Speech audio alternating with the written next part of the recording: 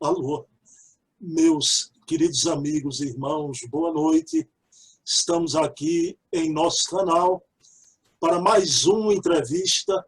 Hoje, mudando um pouquinho o protocolo, ao invés de ser no sábado, é numa sexta-feira. No final, eu vou explicar o porquê essa entrevista foi marcada para sexta-feira. Então, estamos aqui.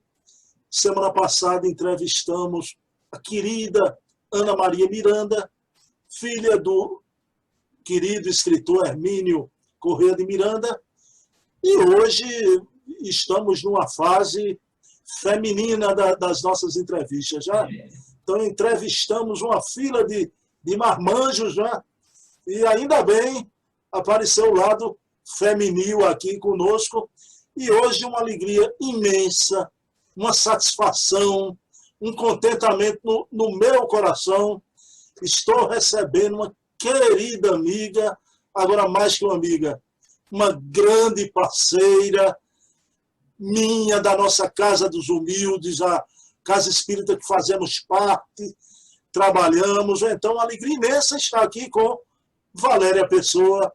Valéria Pessoa é uma grande estudiosa da doutrina, é monitora do estudo aprofundado da doutrina espírita da nossa Casa dos Humildes, do curso de doutrinação, faz palestras de O Livro dos Espíritos, mas ela hoje está aqui, nesse tete-a-tete conosco, onde a gente vai conversar sobre as coisas da nossa querida e amada doutrina espírita. Então, eu vou pedir licença a Valéria fazer uma prece rápida de início dos nossos trabalhos, da nossa entrevista. Então, rogando a Jesus, espiritualidade amiga, que nos intua a mim e a Valéria, que esse feliz encontro, o encontro da amizade, o encontro entre dois grandes amigos, seja produtivo e que possamos aqui trazer com respeito as informações da nossa querida doutrina espírita, do nosso movimento espírita, nessa hora diferente para o mundo, em que o mundo atravessa uma pandemia, mas graças a essas possibilidades, Jesus nos permite estarmos aqui reunidos em seu nome para conversarmos com satisfação sobre a sua doutrina, a doutrina do amor. Então, pedindo permissão a Jesus, iniciamos a nossa entrevista da noite de hoje. Minha querida Valéria Pessoa, tudo bom, Valéria? Como é que você está? Eu estou bem, dentro da medida do possível, dentro desse período de pandemia, mas estou bem, graças a Deus. E me diga, cadê o primeiro damo, seu esposo, Fernando? Está ali sentadinho na poltrona, que a Mário toda vez brinca com ele, que ele está na poltrona assistindo às aulas. Eu imagino, olha, diga ele aí, ele está ouvindo. Prometo não machucá-la com minhas perguntas, viu, Fernando? Vai ser um tapete vermelho. É uma promessa. Valéria, minha amiga, começando, não é, esse momento diferente, não é? O momento de pandemia. O que você acha disso tudo, Valéria? Não é? De repente, de inopino, não é?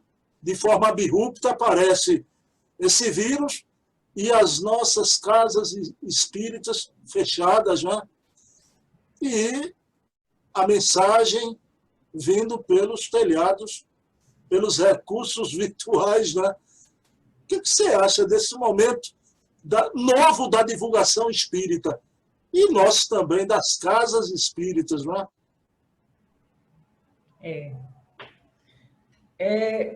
Eu acho que o começo foi muito assustador, não é?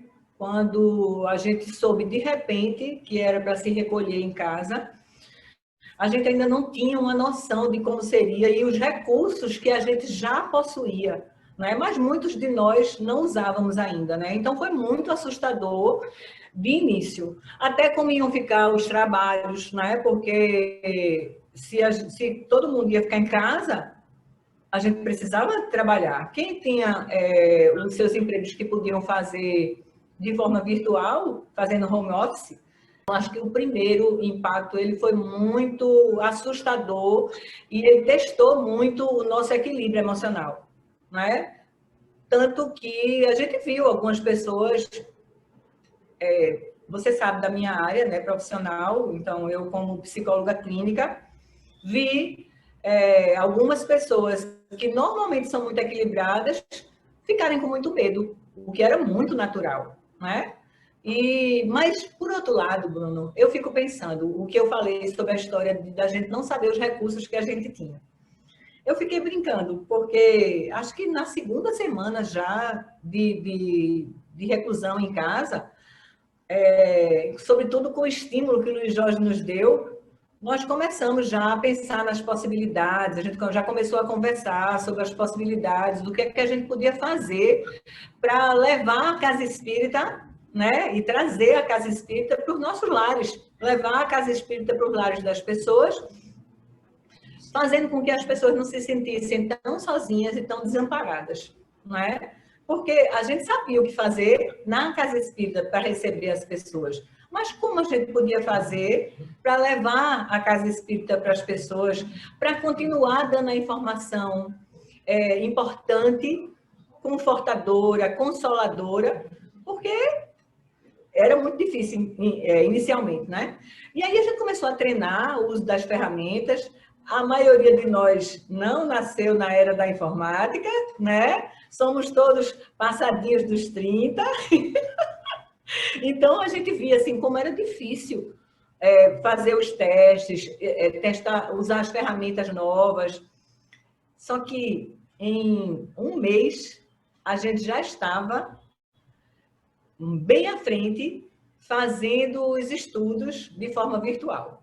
Eu brinquei no primeiro dia de EAD, eu brinquei com minha turminha, eu brinquei com meus colegas, meus irmãos de doutrina lá, que participam do EAD, eu brinquei dizendo assim, nós vamos ter que aprender a viver agora como espíritos.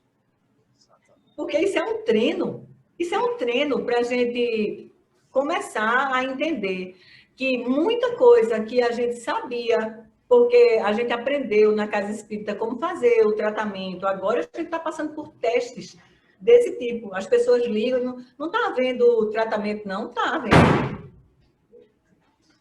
Tem disso, né? Ao vivo tem disso, porta batendo, essa coisa. Então, daqui a pouco você vai ouvir o nosso cachorro aqui latir, viu, Luiz Rubem? É tudo certinho, né? E a gente estava falando de espiritualidade, tenha calma, meu irmão. Né? Então, aí eu estava voltando a falar, né? Quando a gente começou, eu dizendo assim, a gente vai ter que aprender a viver uma vida mais como espírito, a entender que as casas espíritas estão abertas, no sentido de que estão abertas porque a espiritualidade está trabalhando, porque a gente vai ajudar com o pensamento, com as orações, não é? E nós vamos ser ajudados da mesma forma. O problema é que a gente mesmo fica confuso em relação a isso, quando a gente vai orientar as pessoas. Acho que isso está passando mais, a gente está passando agora mais segurança. Mas quando as pessoas falam, bem pouco tempo eu vi um colega nosso, da Casa dos Humildes, escrever assim, tem alguma casa espírita aberta? Vocês sabem de alguma casa espírita aberta? E aí uma outra pessoa respondeu, a nossa está aberta. E veja o simbolismo disso. Está aberta, ela não está presencialmente, mas estamos ativos, trabalhando todo o tempo. Colocamos os cursos todos, os cursos de quem tinha feito os tratamentos. Continuamos com ESD e EAD, Livro dos Espíritos, Estudo do Evangelho, às sextas à noite, que demorou um pouquinho, mas chegou, ainda bem, né? Eu sei disso. Mas a gente está aberto. Deixa eu fazer uma parte para as pessoas entenderem, né? Galera, eu costumo dizer que eu nunca gostei de ler nem jornal em computador, né? Eu dizia muito isso, eu gosto do cheiro de jornal. Então, eu demorei muito, relutei em aceitar a nossa reunião de estudos, que era presencial, né? Com debate, você sempre participava muito. E Valéria e Jorge pegaram no meu pé. Bruno, tem que ser um absurdo, né? Como é que a pessoa responsável pela parte doutrinária vai ficar à parte, né? E graças a Valéria e a Jorge, a gente foi, mas como você disse, aos trancos e barrancos, apanhando no início, né? Mas hoje a gente não vai mais sair disso aqui, né? Mesmo quando voltar, né? Exato. Além do fato, meu amigo, da falta que o estudo da sexta fazia.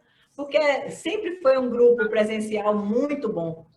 Né? Aquele debate, ele era maravilhoso, a participação das pessoas. Assim, você sabia que eu considerava, quando eu entrava, e olha que eu estava quase todos os dias na Casa dos Humildes, né? Literalmente quase todos os dias. Mas a sexta-feira, a sala para mim tinha uma iluminação diferente. Eu sempre amei o estudo das sextas, você sabe. Todo mundo que participava também sabe. E ainda bem que a gente voltou. Minha amiga Valéria, aí dentro ainda dessa questão dos estudos, embora, Valéria, para ficar bem salientado aqui, né? Casas Humildes voltou os cursos, os estudos, mas mantém a reunião de vibração espiritual, né? Então, com o Amaro lá à frente do departamento, é uma maravilha. E a nossa casa vai ser uma das últimas a retornar, porque os amigos que estão vendo aí do Brasil inteiro vão ver. Então, é uma casa que é um lar geriátrico, que tem vovozinhas abrigadas já, e a gente não tem pressa nenhuma, só voltaremos com a segurança realmente total, né? Valéria, mas dentro da doutrina espírita, não é? Você, como eu disse, é minha parceira. Eu costumo dizer brincando, e eu vou dizer brincando, mas a brincadeira é com todos os veros, e fundos, frentes, lados de verdade, né? Valéria é a pessoa que eu mais me identifico em termos doutrinários, né? A gente pensa muito parecido, mas me diga essa preferência pelo aspecto doutrinário da nossa doutrina, não é? Por que, Valéria Pessoa, você tem essa preferência? Veja, Bruno, é uma doutrina. E, portanto, tem princípios filosóficos, não é? Então, eu fico pensando que qual seria a diferença das religiões ortodoxas que não me atendiam, né? E que, possivelmente, quem está no Espiritismo não encontrava esse conforto, porque tem um comportamento dentro do Espiritismo similar ao que se tem numa doutrina ortodoxa, dogmática. Ou seja, as pessoas querem ir para o que elas consideram que são rituais, que podem fazer bem, e aí ela muda só o nome. Ela vai para a palestra do domingo, como se estivesse indo para uma missa. Ela vai tomar o passe, como se ela estivesse fazendo a comunhão. Ela marca com o dirigente mediúnico para se confessar. Não é? Então, as pessoas, e elas não entendem, muitas vezes, o que é o espiritismo. E que se a pessoa, de fato, se detivesse para entender qual foi a proposta que Kardec nos trouxe, Kardec e a equipe do Espírito de Verdade nos trouxe, tem muito mais a oferecer do que algumas pessoas aproveitam dentro do espiritismo. Então, tem pessoas que a gente fala e dizem assim: eu gosto muito do espiritismo. Eu frequento um centro e quando você vê tem 10, 15 anos. Eu conheço pessoas que estão 15 anos, 20 anos dentro dos centros espíritas e ainda não sabem o que é doutrina espírita. E quando, num determinado momento, uma dessas pessoas, eu já ouvi depoimento, numa ocasião eu ouvi depoimento de uma pessoa que estava no curso de doutrinação nosso, né, num dos cursos básicos nossos, que quando termina o tratamento, as pessoas que não são da nossa casa, nós temos uns cursos básicos e depois as pessoas ficam trabalhando já na casa. Essa pessoa disse assim: pela primeira vez, depois de 30 anos assistindo palestra, tomando passe e indo embora, eu estou me sentindo espírita. E olha que como ele era conhecido no meio social dele como espírita, ele era convidado para fazer doutrinação de pessoas nas suas casas que, por um motivo qualquer, estavam dando passividade. Estava com a mediunidade desequilibrada. Então, ele era convidado. Era ele que as pessoas chamavam e ele estava fazendo o quê? O que é que ele estava fazendo, Bruno, se ele não sabia o que era espiritismo? Não é? Então, eu desde o começo, quando o espiritismo começou a me chamar a atenção, eu fiquei muito interessada em saber, em ler, em estudar. E aí, claro, a gente chega numa casa, como é a nossa casa, a Casa dos Humildes, que é conhecida por estudar, por valorizar essa questão, em todo canto que a gente fala, a gente sabe que nós temos essa fama.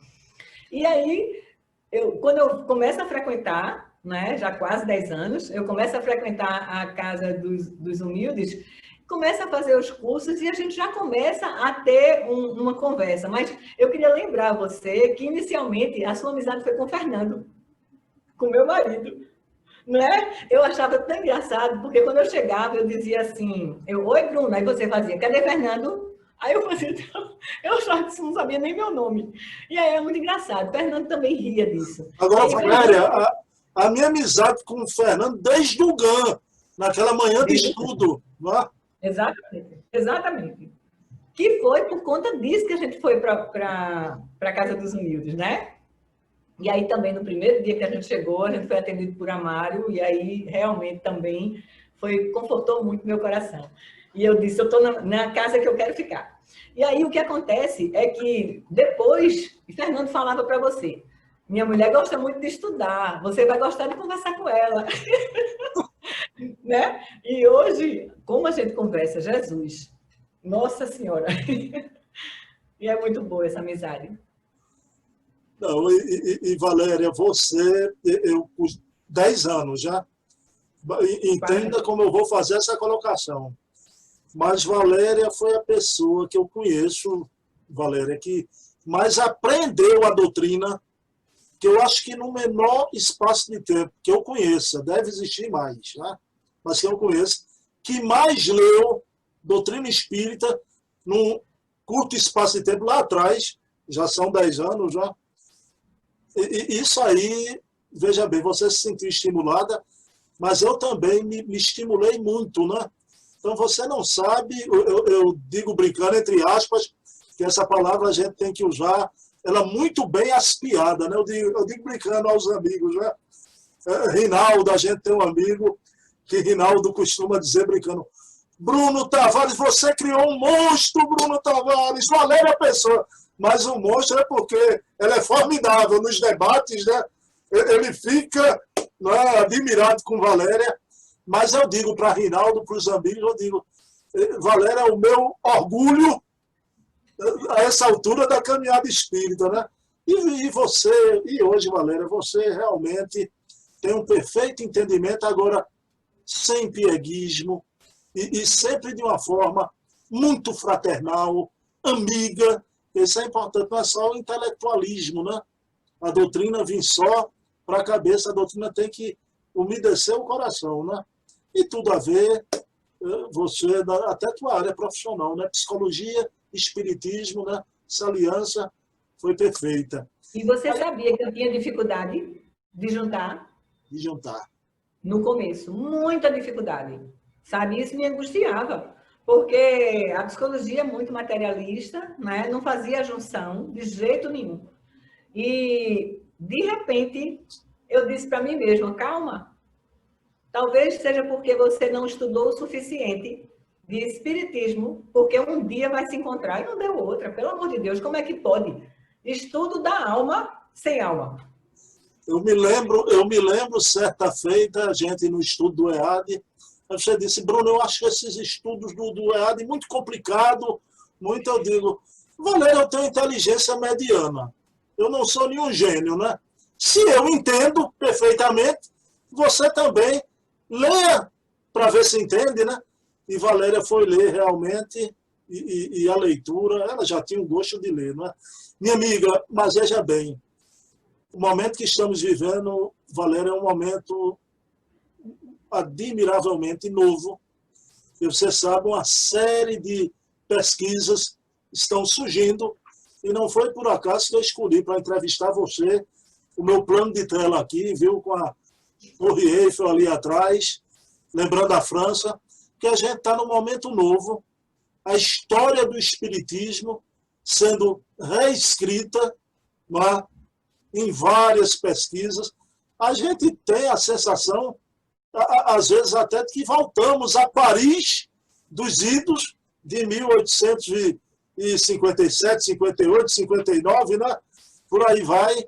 Tamanha as informações que chegam, né? Como é que você está observando, né, esse aluvião de pesquisa, de documentos que estão vindo aí reescrevendo a história da nossa doutrina? Veja, assim que essas coisas começaram, a gente se empolgou muito, né? A gente começou a falar, a gente ter acesso, inclusive, a novos textos de Kardec, a gente ter informações sobre Kardec, o homem, né? O Revival, o homem. Muito interessante, porque as informações que nós tínhamos, sobretudo hoje, nós sabemos que estavam muito defasadas. Não é? Biografias que pareciam muito boas, que a gente hoje lê, se a gente vai ver, a gente o tempo inteiro lê, não, isso já foi visto que não foi. Ah, isso não foi. Não é como Kardec foi médico. Henri se diz que Kardec foi médico, né? E assim por diante. O pai dele estava com ele na hora de levar para o Instituto de Verdun, essa coisa toda. Então, a gente começa a ver, e esses documentos surgindo, eles abrem uma porta e ele faz uma coisa tão interessante, Bruno, que é o seguinte, é como se Kardec está na moda de novo. Sabe? Porque se a gente pensar, antes desses estudos começarem, desses documentos, dessas pesquisas, de tantas pessoas debruçadas quase de forma obsessiva, não é? Buscando documento que eu não sei de onde está saindo mais. Daqui a pouco eu até falo isso, não é? Então, de repente, começou a ficar uma coisa muito interessante, porque a gente sabe que já existiam centros. Eu já ouvi várias pessoas falando, eu ouvi já em palestra, pessoas dando depoimento das suas casas e dizendo, não, a gente não estuda Kardec, não, a linguagem é muito complicada. Não é? Então, vamos traduzir Kardec. Veja, até compreensível se as pessoas que estivessem traduzindo Kardec tivessem lido Kardec. Mas, em sua maioria, se você for conversar com as pessoas, mesmo as pessoas que têm cargos no sentido de responsabilidades nas casas espíritas, se você for perguntar, não leu a obra completa de Kardec. Não é? E aí fica difícil, porque tem recortes. Tem recortes, tem conformação, porque a pessoa tem um modelo mental. Ela tem um espiritismo próprio, que não é o espiritismo, é o espiritismo que ela construiu, não é? E aí as pessoas expulsam Kardec do espiritismo. Como assim? Né? Outra coisa, as pessoas dizerem que tinha que se atualizar, que Kardec era uma escrita antiga, que já estava obsoleto. Como? Então, que tipo de espiritismo surgiu pós-Kardec? De que espiritismo essas pessoas estavam falando? Quando começam a surgir os documentos, primeiro que Kardec fica na crista da onda novamente. Ou seja, parece que ele fincou a bandeira no espiritismo. Ei, começou por aqui. E aí você tem que respeitar de novo. Segundo, não tem nada desatualizado. Tem a nossa ignorância em não ter lido e não saber traduzir no sentido de compreender Kardec. E essa profusão também tira um pouco daquela imagem que muitos de nós tínhamos do Kardec muito sério, posudo, não é? Naquela foto. Que, meu Deus, aquela época, as fotos, se você pegar de todo mundo, eram fotos formais, era um evento ser fotografado. As pessoas se preparavam.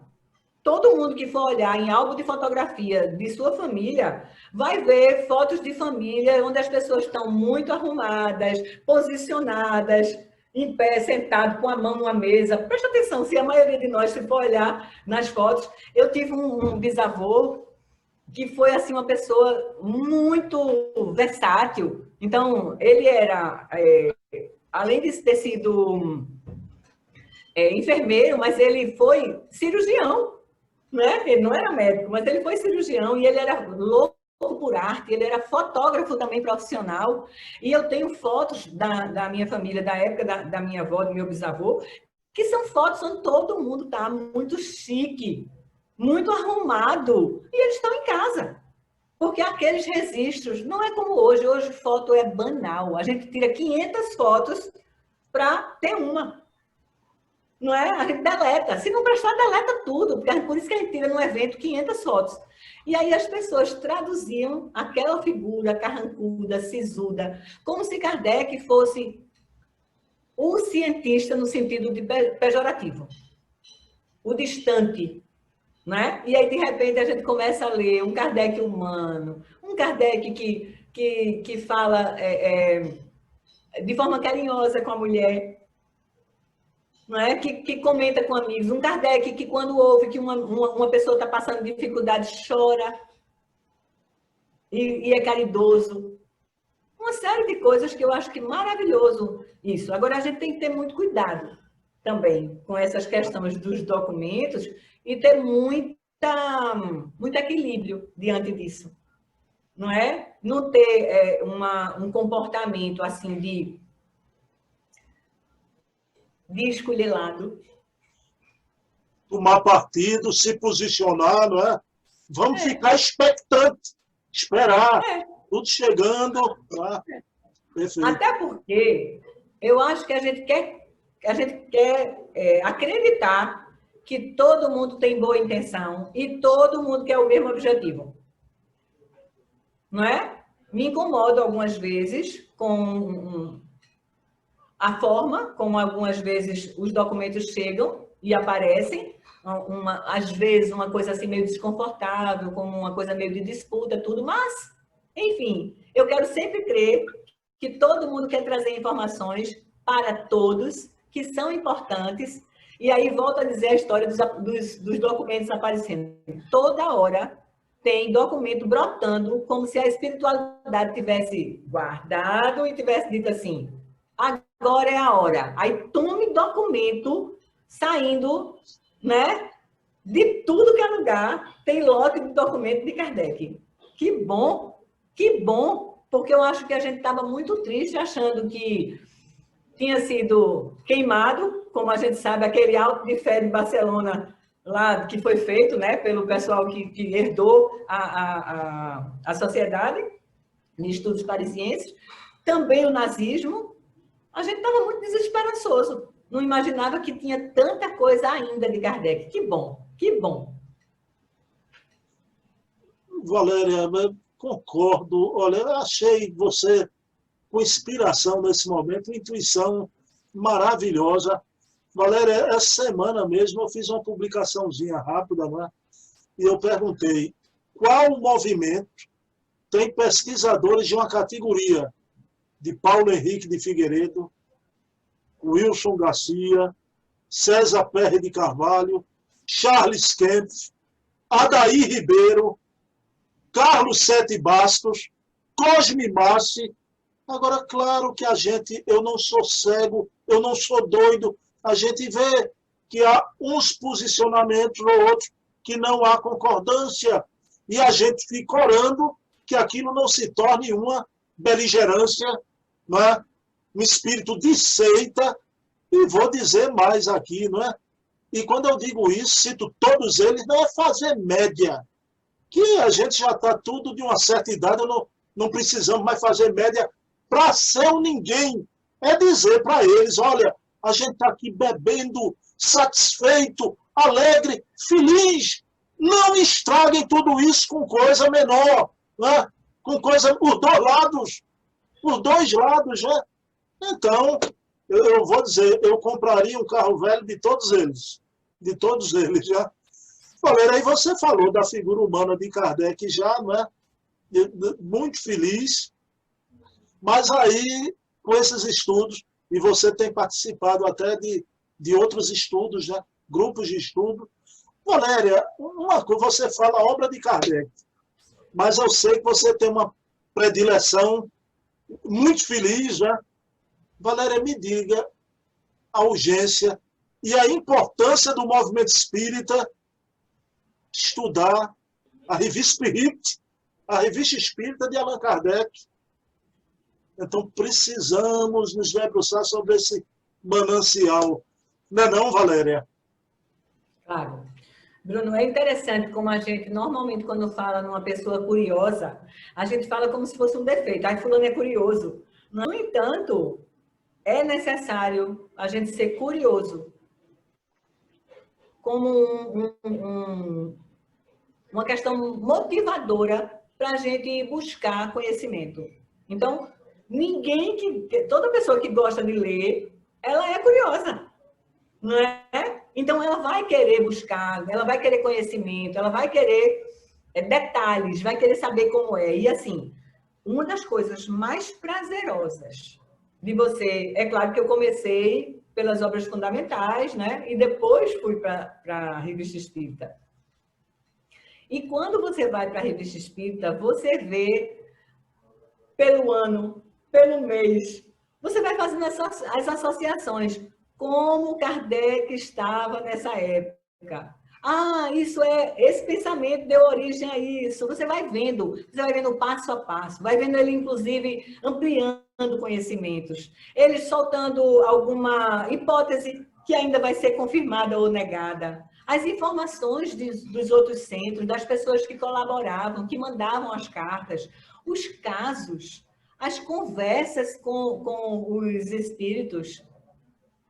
Muita informação maravilhosa, porque assim, eu amo todas as obras de Kardec, amo, mas assim, O Céu e o Inferno é o livro mais gostoso de ler, das fundamentais. A Revista Espírita é um céu e inferno prolongado, com muito detalhe, não é? Então, a sensação é que não vai parar. É como se você tivesse... Eu morro de pena, assim, vou e volto, sabe? Porque eu quero estar vivendo. É a sensação. As obras a gente lê uma sensação de acabado. A Revista Espírita, você vai vivendo aquilo. Parece uma novela. É uma delícia.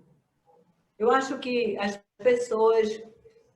Eu acho que começou no próprio movimento espírita brasileiro, a falta de importância que foi dada à Revista Espírita, não é? Então, eu acho que isso não foi estimulado. É tão interessante, porque pessoas antigas no movimento, quando a gente fala revistas espíritas, ela fica pensando que é como Revista Reformador, sabe? Uma revista. E aí você diz, não, são livros. As pessoas não sabem o número dos livros, se equivocam com muita frequência. Né? E quando você diz 12 livros, ai meu Deus, eu não vou parar de ler mais nunca. Eu digo, isso é ruim? Né? Que coisa boa! Coisa ruim é não ter nada para ler. Isso sim, isso deve ser o inferno. Ô Valéria, e você como psicóloga, Kardec naquela época, né, colocou revista de estudos psicológicos, né? Então veja bem, né? Então a atualidade de Kardec é uma coisa impressionante, né? E depois a gente saber também, no meio que Kardec estava, o que estava acontecendo no meio da ciência. Eu tomei conhecimento de coisas da psicologia que eu nunca vi na faculdade. Não é? Mas veja bem, aí você tocou num ponto aí muito interessante, né? Que era esquecido a Revista Espírita. Galera, 108 anos levou para ser traduzida aqui. Aí entra a minha pergunta para você, graças a Herculano Pires. Mas como a Revista Espírita, na nossa Casa dos Humildes, não. Eu aprendi a gostar de Herculano Pires, graças a um ex-vice-presidente lá atrás, já, João Henrique, desencarnado, era vice-presidente de Luiz Honorato, e ele sempre lendo, Bruno, lê isso aqui. Uma das primeiras, a primeira obra que eu li foi o Verbo e a Carne, né? Então, na Casa Zumbi, não. Agora, esse é outro momento lindo que eu acho, né, Valéria? Né? Então, você vê, Heloísa Pires deu uma... Depois da nossa, já deu 2 entrevistas aí sobre Herculano. Você vê como César Perry de Carvalho brilhantemente discorre sobre a importância de se estudar Herculano Pires. Aí eu quero saber da minha amiga Valéria Pessoa que importância tem o metro que melhor mediu Kardec para o Espiritismo. A lucidez, a racionalidade de Herculano encanta. Encanta. Ele é forte, firme, seguro.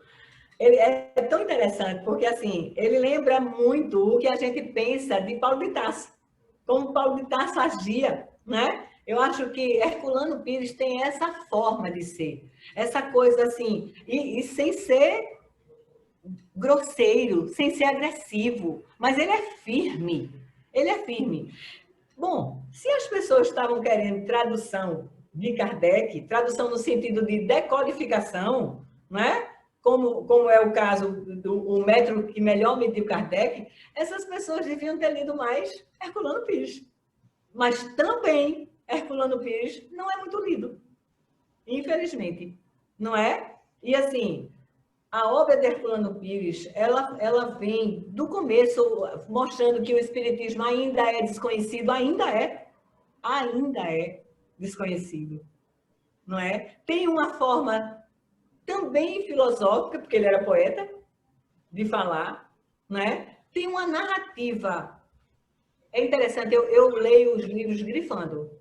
Eu tenho muita dificuldade de dar pausa, sabe? De deixar trecho sem estar grifado no livro de Herculano, porque, sabe, cada parágrafo tem...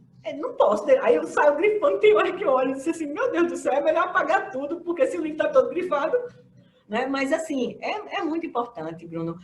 Eu acho que Herculano Pires, ele apresenta para a gente numa linguagem de um homem, sabe, família, sabe, de um homem que se preocupava com o que é um centro espírita. Então, eu vou dizer o que é um centro espírita, explica para a gente, sabe? As características de Herculano como homem, não é? Os programas no Limiar do Amanhã, meu Deus do céu, ele ouve as pessoas falando e ele age com uma forma muito dura, muitas vezes, né? Muito firme, mas muitas vezes de forma paternal. Sabe? É muito interessante. Eu sou fãzoca de Herculano, amo Herculano e cito muito nos meus trabalhos. Vou buscar muito na obra dele conceitos e acho uma coisa muito interessante que acontece. Herculano fazia muita oração. Herculano tinha uma devoção por Maria.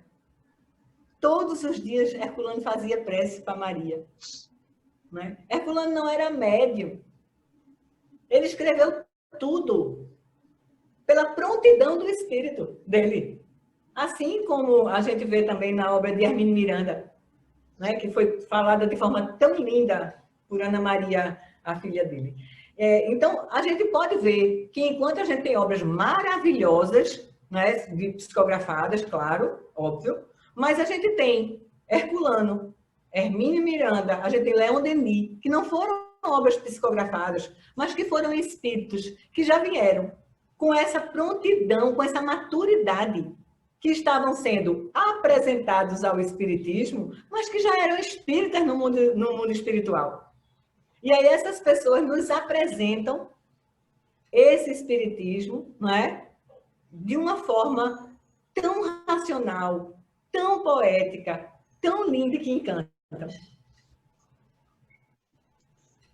Valéria, você falando do lado firme do Herculano, Outro dia eu estava vendo um episódio do Limiar do Amanhã, né? E eu ri porque era uma senhora falando dos problemas que ela estava atravessando de incompreensão com os dirigentes do centro, né? Aí Herculano, minha senhora, olha, eu estou sentindo que esse seu centro é desorientado. Eu vou lhe dar aqui o endereço de outro centro aí pertinho da senhora, para a senhora frequentar. Herculano era assim, né? É nesse aspecto que eu falo que você vê, você não vê um homem santificado. Exatamente.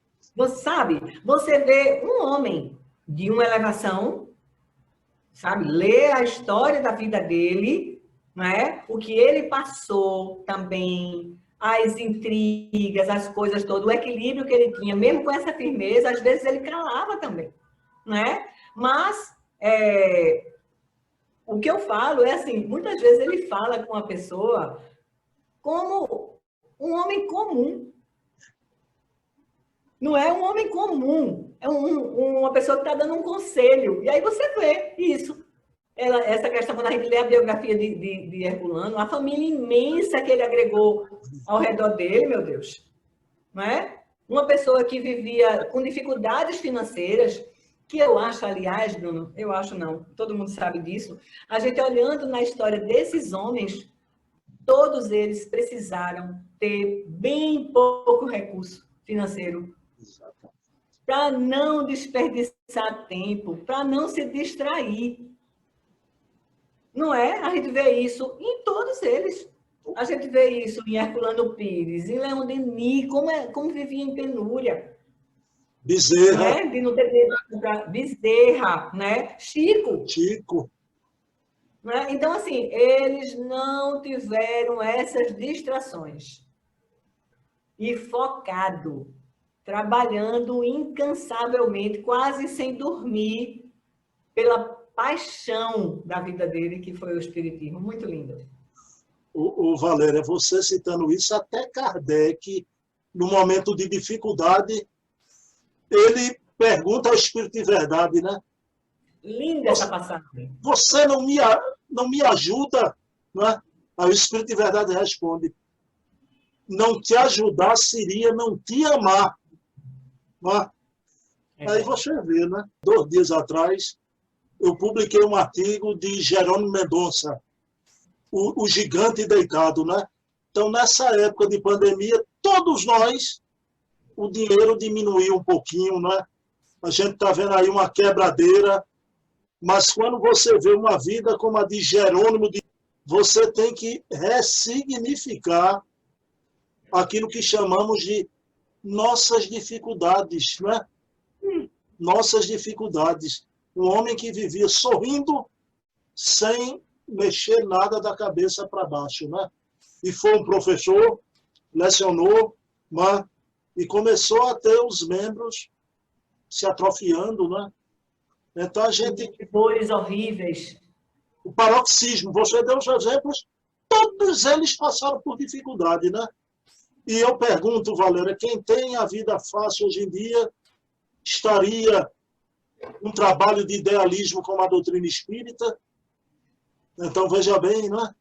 Por sua casa de mais raro, né? Não é? É mais raro, né? É mais a gente raro. sabe que a gente Existiria, né? Claro, Existiria uma cena, mas as atrações do mundo, né? Eu costumo dizer uma coisa, você se lembra disso, né? Olhe, quando a pessoa quer dizer, eu vou dar um tempo, eu digo, não abra para o mundo, porque quando você abrir a volta, é muito difícil, né? Então, mesmo na dificuldade, não se afaste. Eu sempre uso muito essa sua frase, né? Sempre uso muito para as pessoas exatamente isso. Eu tenho tido tantas coisas. Dia de tal dia eu não posso vir para a aula. Aí eu já vi você fazendo isso algumas vezes. Quais são as noites que você pode vir? Então faça esse curso, venha para tal. A gente conversa com aquela pessoa e vê o que naquele momento pode atender dentro do que ela pode se dedicar. Porque a gente sabe que se ela ficar, se ela usar o tempo dela para o espiritismo, Deus do céu, isso não é para fazer presença na casa espírita, não. É bom para ela. Eu vou dar um exemplo, mas principalmente o exemplo de Amaro, né? Por exemplo, você, ultimamente, você podia está quase todas as noites, né? Eu só podia estar na segunda e na sexta. Agora, eu elegi a segunda e a sexta-feira, não faltava. Agora, Amaro, Valéria, eu conheço o Amaro há 30 e tantos anos, né? Os dias de Amaro não peça para ele ir outro dia, né? Mas a segunda e a quarta é de uma pontualidade, uma fidelidade, não falta nunca, né? É isso, então não é que as pessoas fiquem com o pé sobressalente, o sapato, as roupas, o ectoplasma grudado no centro espírita, não. Não é? Agora que a gente precisa ter o comprometimento. Eu não acredito muito nessa história de não ser espírita sem pisar em centro espírita. Há raríssimas exceções, como um grande escritor, outro, né? Mas a gente precisa da turmadinha no plug, né? Mas, Valéria, você mencionou ele aí. Diga. Ô, Bruno, só pegando um detalhe do que você falou, essa semana até foi uma conversa que a gente teve no telefone falando sobre isso. E aí a Mário tem uma frase que eu gosto muito. Uma vez eu fiz um comentário com ele, né? Eu estou vindo quase todos os dias para o centro. Ele disse, melhor, menos tempo para pensar e fazer besteira. Ô, Valéria, mas Grégora, a gente precisa do estímulo da turma, um influenciando o outro. Quando a gente se afasta, eu vou dizer uma coisa. Pessoal, a gente frequenta... Ninguém solta a mão, né, Bruno? Ninguém solta a mão. Vamos lá. Aqui ninguém solta a mão do outro, né? Ô, Valéria, aquela coisa, né? Você também, eu conheço 1000 lugares, participei de grupos, mas o grupo espírita é diferente. Né? Minha amiga, vamos ainda aqui, você tocou nele de passagem, eu queria que você falasse, Valéria, sobre Leon Denis, porque você falou sobre Herculano, que é a firmeza, não é? Aquele homem... Racionalidade. Já o Leon Denis, no tocante à parte filosófica, é aquele lirismo, aquela sensibilidade, né? Fale-nos sobre Leon Denis e o teu sentimento, que eu sei que você tem um sentimento especial por Leon Denis, o grande gênio celta reencarnado em França, na época de Kardec, por ali. Olha, que você sabe da minha paixão pela obra de Herculano Pires, mas meu livro predileto, de todos os livros do mundo, é o livro que naquela palestra que eu fiz para a Pelé, eu disse, o livro que eu gostaria de morar. É o Problema do Ser, do Destino e da Dor. Bruno, o meu comportamento quando eu estava lendo esse livro foi tão ridículo. Eu estava sentada, lendo, hora deitada, e eu levantava. Eu estava lendo, eu levantava. Eu estava extasiada. Sabe? Eu lia e dizia assim, meu Deus do céu, eu estou entendendo. Não aqui, não. Eu estou entendendo. Sabe? Eu estou sentindo no meu corpo inteiro. Tudo fazia sentido. Tudo era conforto, tudo era claro, era lúcido, era verdade. É muito linda a obra de Leon Denis, muito linda, meu Deus do céu. Mas também, por outro lado, tem uma coisa muito interessante na obra de Leon Denis, quando você vai ler, por exemplo, um livro como No Invisível, que é um livro onde ele fala o tempo inteiro sobre as questões mediúnicas, sobre pesquisas, não é? Então, como também ele era completo. Nossa, depois da morte, nossa, meu Deus do céu. Já estou até chateada que falei pouco do meu ídolo de Herculano Pires, estou falando mais de Leon Denis, mas assim, a obra, meu Deus, a obra espírita, ela é magnífica, pelo amor de Deus. Eu tenho dó de quem não conhece essa obra. E a gente ainda tem pasmo, né, Valéria? Eu costumo dizer, todo dia na minha vida eu faço assim, olha, existe mesmo esse edifício chamado doutrina espírita. Assim, eu acho que ainda teve um diferencial. Leon Denis, assim como Chico ainda teve os irmãos, tudo mais, mas Leon Denis parecia tão só, né? Foi tão só, né? Ele teve uma vida sofrida, meu Deus. Terminou os dias cego, né? Cego, né? Mas ele não teve filhos, ele não casou, não é? Uma vida muito sofrida, pequenininho, limpando moeda lá, com as unhas sujinhas, juntando dinheiro para comprar livro, quando teve aquele episódio que a mãe achou o dinheiro e gastou, tadinha, né? E aí vai juntar tudo de novo.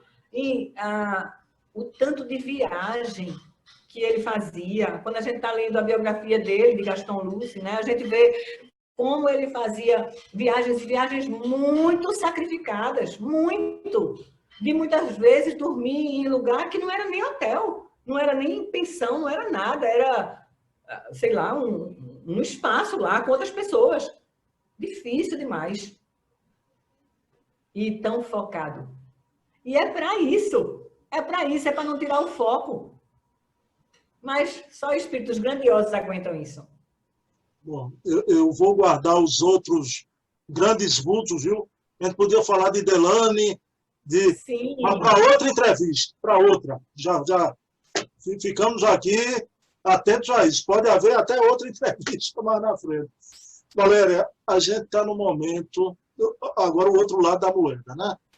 A gente falou da grandiosidade, da gente satisfeito, o espiritismo sendo reescrito, mas há uma espécie de revisionismo com certos temas, agora também até com certas personalidades que são fora de qualquer questão, pela grandeza do que representaram e trouxeram aqui em nosso país e no mundo, né? E eu queria te perguntar, num momento que eu fico muito triste, que é que por estarem colocando em xeque até o que ele trouxe aqui, como se fosse a mesma coisa que você falou lá de Kardec, como se fosse uma coisa menor, ultrapassada, vou usar a palavra, heterônoma. Né? O que é que minha amiga Valéria acha da produção psicográfica do querido Francisco Cândido Xavier? Irretocável, importantíssima, maravilhosa. A gente devia ter a humildade, sabe, de reconhecer a grandiosidade de Chico, pelo amor de Deus. Chico não só escreveu, né?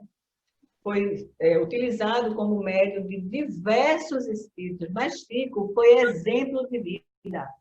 Chico foi a vivência do Evangelho. E muitas vezes a gente vê, Bruno, a gente já conversou sobre isso, eu e você, algumas vezes, de críticas que são feitas a Chico, a Divaldo, não é? E alguns comentários, assim, mostrando alguma coisa, sei lá, procurando até defeito. E eu digo assim, pode até ter defeito, mas vai fazer o que ele fez? Não é? Todo mundo quer, vamos dizer, ter uma fama, todo mundo quer, todo mundo, né? Algumas pessoas, mas ninguém quer pagar o preço. Ninguém quer ter uma vida de dedicação o tempo inteiro, né? Chegar no final da vida, ambos, inclusive, né? Porque coincidentemente eu falei de Divaldo, mas assim, chegar na década com 90 anos e ter uma vida de dedicação absoluta ao outro. A obra de Chico, ela é fantástica. Ela já seria fantástica e brilhante se fosse só André Luiz. Não é? Já seria uma coisa grandiosa. Imagina o tanto de espírito que pôde nos falar através de Chico. Nossa, meu Deus, de uma mediunidade que quando todo mundo que conheceu fala coisas que você vê gente que nem é espírita, não é? Pelo menos eu nunca vi ele se apresentar como espírita, mas Marcelo Sotomayor não se diz espírita, por exemplo. Mas quando ele fala com uma admiração incrível. O maior brasileiro, ele ganhou, né, o maior brasileiro do século, e, veja, alguém contestou. Você pode falar com qualquer pessoa, de qualquer religião. Você fala de Chico, é unanimidade. Não é? Porque não tinha contradição. Então, eu acho arrogância criticar Chico. E ignorância. Sabe? Covardia até. Sabe? Quando a gente tem visto ultimamente, em alguns grupos, a gente tem visto uma tentativa, sabe, de colocar a ciência acima de tudo. A ciência acima de tudo, porque é como se as pessoas fossem... As pessoas que optam pela ciência, elas são superiores. Né? Então, é como se... Então, uma pessoa que opta pela religião, então ela é menor. Né? A filosofia está mais ou menos de mão dada com a ciência. Tudo bem. Como separar essas coisas? É claro que ninguém está aqui falando de religião ortodoxa, né? De igrejismo, de pieguismo, de promessa, de subjugação, sabe? De subserviência. Não. Mas a gente não precisa, para se aproximar de Deus, ter essa postura de subserviência de jeito nenhum. Só precisa estudar para saber de que Deus a gente realmente está falando. Quando a gente quer se afastar de Deus e não ter religião. Não é? Aí as pessoas, hoje em dia, você vê em alguns ambientes onde a pessoa quer um espiritismo sem espírito, porque só quer estudar. Um espiritismo sem Jesus. Exatamente. Um espiritismo sem Jesus, que é a razão principal. Não é? E o espiritismo sem Chico, existe? Não existe. Não existe. Me perdoe. E se existe, eu não quero esse espiritismo. Eu quero esse. Sabe? Eu quero esse que me liga a Deus de uma forma amorosa, como filha, com esperança, não subserviente não, entendendo que as coisas vão se cumprir como eu escolher, porque ele me dá liberdade para isso. Né? Eu não quero um espiritismo sem espírito. Não quero. Kardec não quis. Kardec o tempo inteiro era ciência e convocava os espíritos, porque só faz sentido, né? A ciência, a nossa razão nos diz, e os espíritos confirmam. Foi o mundo dos espíritos que nos trouxe o espiritismo. Como é que agora pode existir um espiritismo sem espírito? Tem uma frase no livro de Herculano Pires, O Homem Novo, que eu estava vendo, que diz assim: o cristianismo é a espiritualização da religião. E aí a gente fica pensando assim, mas cristianismo, o espiritismo não é cristão. Não sei se você já teve esse tipo de discussão, mas eu já tive várias. Vocês não acreditam em Jesus, não é uma religião cristã, né? Não é, as pessoas ficam falando sobre isso. Você vai explicar que não existe espiritismo sem Jesus. Ele é um modelo e guia. Não é? E aí, quando Herculano fala isso aqui, e muitas vezes eu gosto de, no meio de uma discussão, eu uso uma frase de Herculano. Quem disse isso foi Herculano. Então, cala. Todo mundo cala. Né? Cala. Porque o que ele está dizendo, ele não está falando de igreja católica, não, gente.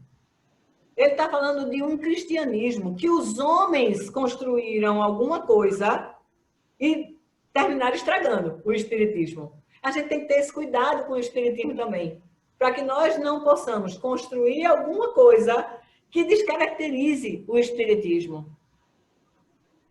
Não é verdade? Perfeito, Valéria, perfeito, né? Rapaz, se querem um espiritismo sem Jesus, sem espírito, sem os grandes vultos, saiam e fundem outra escola, né? Eu estou aqui... Eu ia dizer isso, eu estou aqui dizendo não de modo próprio. Estou repetindo a grande querida Dona Heloísa Pires. Saiam! A gente bate palma, continua, a amizade é a mesma, fundem outra escola, coloca o nome que quiser, né? E você disse muito bem dito, Valéria, olha, na imperfeição, que a gente comenta os defeitos de Divaldo, né? Porque pinta o cabelo, deixa de pintar o cabelo, até isso dizem, né? Nas imperfeições, se parecem conosco. Todos eles, Chico, Divaldo, só que nas virtudes estão há anos-luz de distância. Então, e eu tenho a impressão que esses defeitos é um mimetismo deles até para se aproximar da gente. É um disfarce, eles usam esses defeitos até para se humanizarem, né? E o Chico, a vida do Chico é um hino não para se santificar, para se humanizar. Quando ele passava, falava, meu nego, né? Hoje o politicamente correto, e eu chamava de racista. Porque o Chico fazia isso. Meu nego, tudo bom com você? Valéria, veja bem, Valéria, a gente sabe, eu estou aqui com a instrutora do EAD, né? Começar pelo começo. Como a nossa casa orienta desde o curso básico, começar pelas obras básicas. Agora, começar pelo começo não é ficar a vida toda só no começo. O começo vai permear sempre. Kardec antes, durante, depois, né? Kardec permeando tudo, né? Agora, Valéria, o que você diz de um certo discurso que tem aí, né? Não, que a gente só deve ler Espiritismo. Basta ler Leon Denis, André Luiz, Emmanuel, as obras complementares, Kardec, essa coisa de trazer obras, livros, conhecimento, a parte do Espiritismo, não é? Isso aí a gente deve deixar de lado. A gente só deve levar em consideração, em grau de importância, as obras espíritas. Isso é uma forma de pensar que Kardec recomendaria, Valéria Pessoa. Claro que não, né? Como pedagogo, ele orientava e fazia isso a ampliar conhecimentos, né? É interessante isso, porque eu acho assim, existem algumas leituras que não agregam, realmente, que não agregam, né? Então, por exemplo, se eu sou espírita, tenho um conhecimento, e aí você tem livros que são antagônicos àquele pensamento e outras religiões e tudo mais, eu não vou perder tempo em ler aquilo, não. Eu posso até ler, como já li, sobre judaísmo e tudo mais, para entender, mas não vou me deter a ler sobre crenças que eu não compactuo, que não faz parte do meu entendimento, do meu modelo mental, que não vão agregar. Mas, quando a gente lê Kardec, a gente esquece que tinha um homem preparadíssimo, com um conhecimento vastíssimo, porque na época de Kardec, as pessoas não eram tão especificistas como é hoje. A gente hoje estuda, né? Daqui a pouco a gente vai ter uma especialidade, você vai para um ortopedista, eu brinco isso com o Gutenberg, você vai para um ortopedista que é especialista no dedão do pé direito. Né? Você vai, meu dedão, tá, qual é? É pé direito ou pé esquerdo? Não, porque se for direito eu trato, mas se for esquerdo você vai procurar outro médico. Naquela época de Kardec não era assim. Tanto que talvez até, como ele foi professor de anatomia, foi por conta disso que confundiram que ele era médico, possivelmente, né? Mas aí você vê que Kardec tinha habilidade com contabilidade, né? E várias outras. Mas, quando a gente está lendo a obra de Kardec, que a gente vê que tem muita informação dos espíritos, mas tem muito conteúdo que ele traz dos conhecimentos. Quando ele faz as analogias, ele faz analogias do conhecimento dele. Ele vai fazer ele vai escrevendo e dando suporte, dando base para a gente entender, usando o conhecimento da ciência da época, da psicologia da época, do espiritualismo racional, de tudo que estava acontecendo, né? Do que a ciência acreditava. Você vê, Bruno, eu estou fazendo parte de um grupo de estudo com o pessoal da AME Serra Gaúcha, que a gente estuda, são 2 horas semanais, e Paulo Henrique Figueiredo está lá com a gente, né? E tem outras pessoas maravilhosas lá. E o que a gente tem estudado, eu nunca estudei Kardec tão profundamente. Por quê? O nome do curso é Magnetismo Animal. O propósito era a gente começar estudando Mesmer, o magnetismo animal, que antecede o espiritismo, porque a gente sabe que eram ciências irmãs. Aí a gente começa a estudar isso. Aí vai progredindo no conhecimento, né? Aí a gente agora, por exemplo, está estudando perispírito. Aí Paulo Henrique traz para a gente Kardec, a fisiologia e a biologia da época, ou seja, o que Kardec está falando corresponde ao que está nos livros de biologia, de fisiologia da época. Então, era por isso que ele estava explicando isso. Aí, depois, ele traz Delany, né? Onde ele mostra como era já nesse período, como era que a ciência estava, qual era a informação que Delany tinha aqui, que Kardec não tinha aqui. E o que foi complementar? E o que é melhor é quando ele diz o seguinte: depois a gente vai chegar nas obras de André Luiz, que mostra que ele faz a junção de tudo, que não tem contradição. Olha que maravilha. Então, no EAD, eu levo muita coisa de psicologia, muita coisa de ciência, não aquela coisa da psicologia, psicologizar o espiritismo, né? Não estou falando disso, não. Eu estou falando de conhecimento, sabe? De informações que vão ajudar para que a gente entenda. Né? Então, por exemplo, se naquela leitura que a gente está fazendo, daquela semana, ele fala de como Santo Agostinho pensava, por exemplo, a gente estava lendo um trecho sobre o bem e o mal.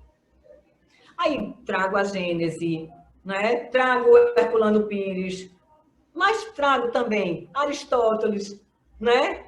Trago também Santo Agostinho, também Immanuel Kant, porque são citados.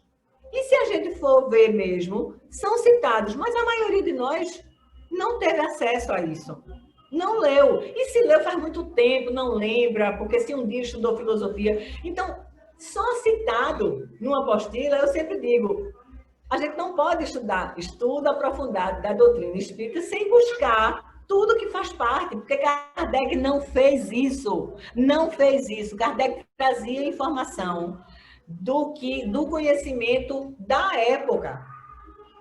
Se algumas coisas parou ali, é porque a ciência não tinha evoluído bastante, e quantas vezes a resposta dos espíritos era: não está no tempo, vocês não vão compreender.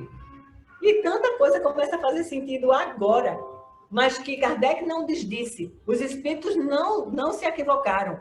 Ele só falou para a gente numa linguagem da forma que a gente ia compreender.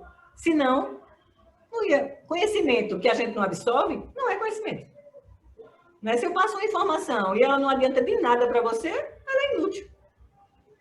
Então, é claro que a gente tem que enxertar o estudo do Espiritismo com outras obras complementares que sejam adequadas. Estou falando para a gente ficar divagando, não, mas que vai agregar, que vai fazer com que a gente entenda o que o Espiritismo está me dizendo. A gente não pode pensar que no Espiritismo só ler aquilo tem todas as explicações. Senão, a gente vai fazer como os nossos irmãos evangélicos, que vão ler, né? E toda a verdade está ali, mesmo que eu não entenda. Então, eu vou aprender, vou decorar, eu vou saber o número das questões do Livro dos Espíritos, eu vou citar trechos maravilhosos do Evangelho, né? Eu vou falar de Espiritismo parafraseando o que eu li, mas se a pessoa perguntar, mas por que isso? Ou a pessoa repete, ou ela vai inventar. Né? Então, se você pesquisa, você tem argumentos, você pode, inclusive, dizer o seguinte: qual é a sua profissão? Tá, então eu vou falar de uma forma que um engenheiro entende. Eu vou falar de uma forma que um médico pode entender. Você amplia. Porque Kardec fazia isso na obra. Ele falava trazendo informações de todas as áreas, porque ele era de uma cultura muito ampla, abrangente.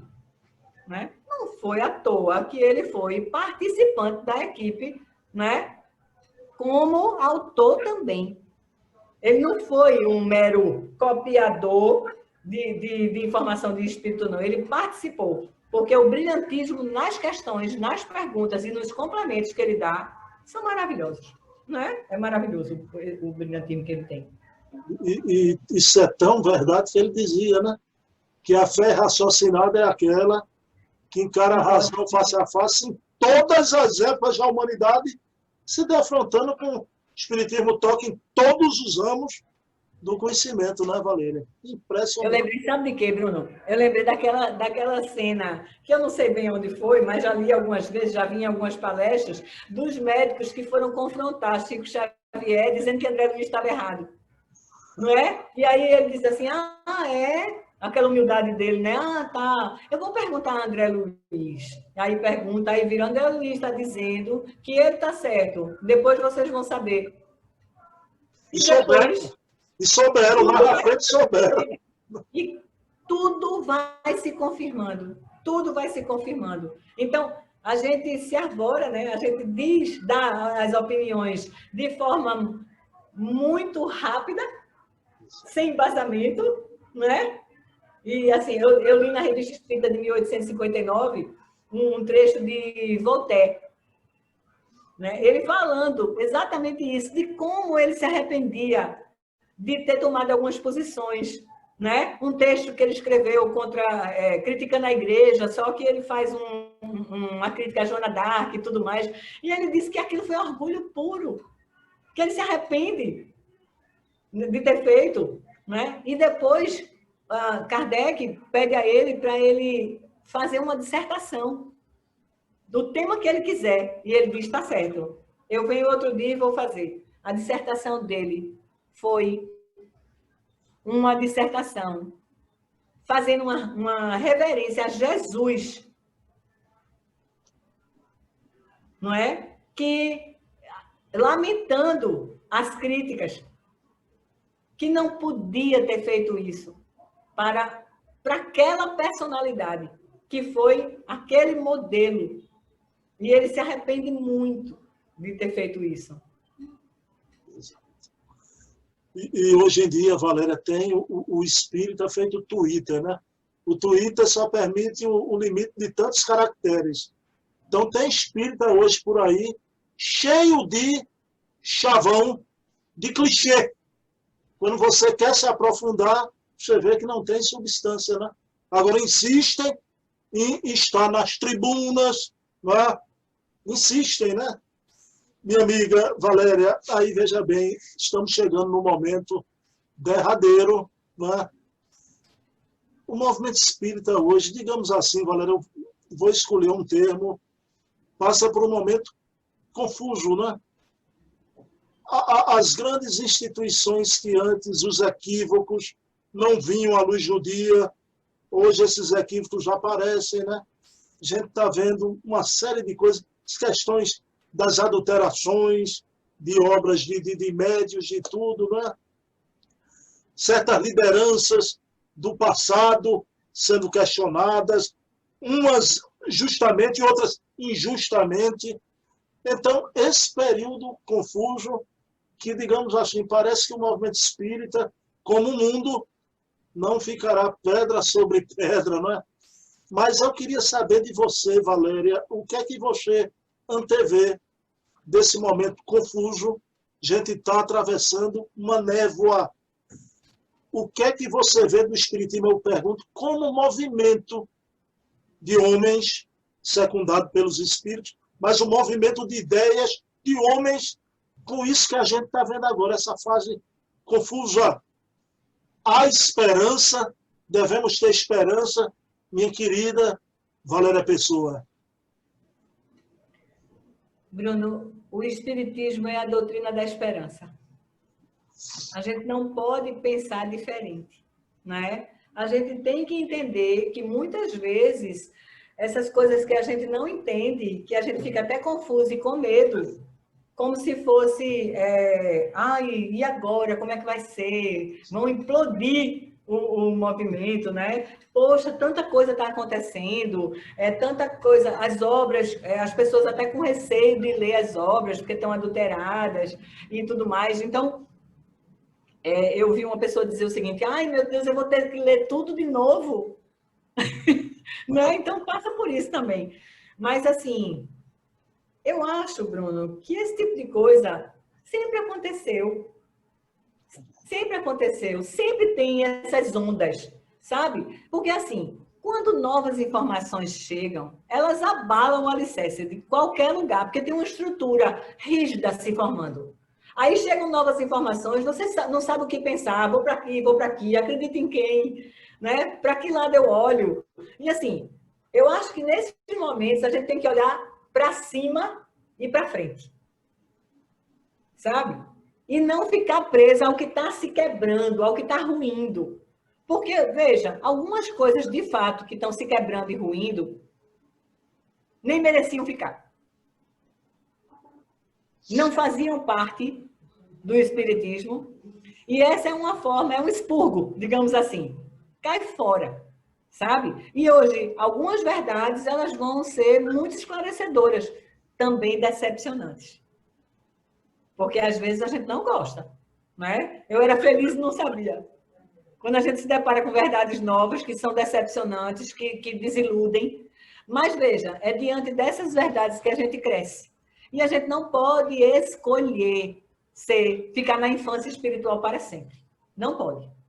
Então, alguns escândalos, vamos dizer, estão acontecendo, mas eu sempre imagino que tenha permissão, nada é inútil, né? Na verdade, nesse meio dessa confusão, algumas pessoas vão se perder, vão ficar confusas, vão talvez se desinteressar, não sei. Enfim, mas se a gente tiver assim, eu estou tentando me esforçar para navegar na melhor das águas. Eu falei que eu estou na Casa dos Humildes há quase 10 anos, mas eu já sou espírita há mais tempo, porque eu vim de outra casa. Mas mesmo assim, é muito pouco, comecei muito tarde. Tento me confortar com a ideia de que Kardec também entrou tarde no espiritismo, né? E fez aquela obra. Não estou querendo me comparar nunca, só estou fazendo uma coisa para aliviar a minha sensação de ignorância, perda de tempo, né? Uma caminhada na ignorância, porque o espiritismo é luz, né? Minha querida amiga Valéria. Valéria, eu ficava aqui mais 2 horas ouvindo a gente conversando. Agora eu tenho um anúncio bom aqui para fazer, né? Em comum acordo com Valéria. Por conta da pandemia, a gente tinha encerrado o nosso podcast Raiz Espírita. Encerrado não, dado uma pausa. E a gente decidiu retomar. Então vai voltar semana que vem o nosso Raiz Espírita de novo, né? E com Valéria fazendo esses comentários aí, viu? Fantásticos no nosso bate-papo fraternal. Ô Valéria, na prece final, eu vou querer me lembrar do seu professor, Ribamar. José Ribamar. Veja bem, e Ribamar participava também das nossas cestas, sempre na nossa Casa dos Humildes, né? São essas pessoas que não é referência para o mundo, mas são referências para a gente, ele num momento de dificuldade de saúde muito séria, e nós vamos aqui. Mas, Valéria, eu queria explicar, eu tenho que explicar ao público, e eu pedi muito, Valéria, vamos gravar na sexta-feira, não é? Então, hoje, dia 27, por quê? Porque amanhã, sábado, 28 de novembro, é a data de reencarnação de Valéria Pessoa. Essa alminha reencarnou no dia 28 de novembro e eu não podia. Ela tem filhas na Argentina, no Maranhão, em Belo Horizonte. Então, o pessoal liga à noite e eu não ia deixar a Valéria ficar presa a uma entrevista de forma alguma. Mas, minha amiga, eu quero aqui, antes da nossa prece, dizer a você o que eu digo para os amigos, entre aspas, você é meu orgulho, né? Então, amo você, digo isso a você e a Dom Fernando, primeiro damo que está escutando, viu, Fernando? Amo sua esposa com toda a força da minha alma e é a pessoa que eu mais me identifico nessa visão espírita, né? E eu queria que Jesus te abençoasse e você continuasse a ser essa pessoa fraterna, às vezes meio brava, mas é para impulsionar a gente para frente, né? Então, e essa pessoa com essa garra pela doutrina que vocês todos acabaram de ver aqui, uma garra, uma disposição de aprender, não de ensinar apenas, mas de aprender todos os dias. Então, Valéria, é uma alegria imensa ser teu amigo. Feliz aniversário, viu? Obrigada, meu amigo. Veja, esse tempo que nós convivemos juntos na Casa dos Humildes, né? E partilhando dos mesmos interesses e tudo mais, nós conseguimos construir uma amizade muito linda, não é? Eu posso dizer que eu tenho por você uma admiração imensa e eu brinco dizendo que você é meu preceptor. E é interessante, né, Bruno? Porque, assim, aluno gosta de professor que reconhece e professor gosta de aluno que se esforça, não é? Eu sou uma aluna esforçada, não é verdade? E, assim, não é todo mundo que tem essa paixão por estudar, pelos livros, e nisso a gente se identificou muito, não é? E, assim, a gente construiu essa amizade com muito amor. E olha que a gente briga, viu, gente? A gente briga. A gente discute, mas sempre a gente quer o melhor um para o outro. Eu lhe agradeço muito por essa trajetória, porque você é uma das pessoas que me fez ficar na Casa dos Humildes. Valéria, a briga da gente tem uma fase que a gente para de se falar, que não dura mais de 2 horas, viu? Não dura mais de 2 horas, né? E às vezes ela diz para mim, seu chato, eu digo, sua chata. E a gente, Valéria, uma alegria imensa ter você na caminhada. Então vamos aqui fazer a prece final. Cessa está lhe mandando um beijo, viu? Beijo para a esposinha. Luísa, ela fala com você de vez. Amanhã, quando eu ligar, durante o dia, não de noite. Ela... Bruno, tem uma coisa muito engraçada. Às vezes, a gente sempre marca a gente para ligar. Como a gente não tem tempo durante a semana, a gente sempre marca para falar no sábado de manhã. E tem mais ou menos 1 hora, né? Porque eu fazendo os afazeres, me envolvendo com os afazeres, sobretudo na pandemia, deixava para ligar muito próximo do almoço. Aí o Bruno pediu para eu ligar um pouco mais cedo. Aí eu disse, tá certo. Aí, eu vou ligar entre 10 e 11. Aí teve um dia desse que eu me atrasei um pouquinho. Aí eu disse, Cessa, Bruno pode falar ainda? Eu me atrasei. Ela disse, imperdoável. Se atrasou, quantos minutos? Aí eu disse, eu me atrasei uma meia hora. Ela disse, vou perguntar se ele ainda pode atender. Aí, brincando, né? Aí bate na porta do teu escritório e diz assim, como é que ela te chama? Paixão, é? Paixão. Paixão, pode ainda atender Valéria, ela está atrasada. Oh, eu me acabei de rir, eu disse, vai, disse. Esposinha está muito saliente. Ela obedece o script direitinho, viu? É parceira também, viu? Ô Valéria, o pessoal já sabe, viu?